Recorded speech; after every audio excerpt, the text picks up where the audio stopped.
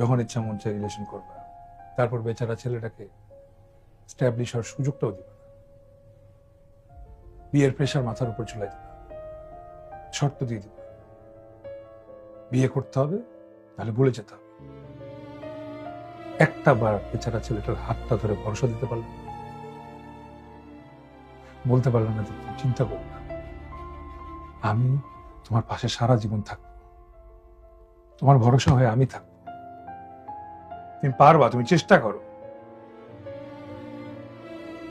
তাহলে আগে বলে দিতে প্রেম করার সময় যে বাবার ইচ্ছার বাইরে আমি যেতে পারবো, বাবা যে সময় দিবে তখনই বিয়ে করতে হবে।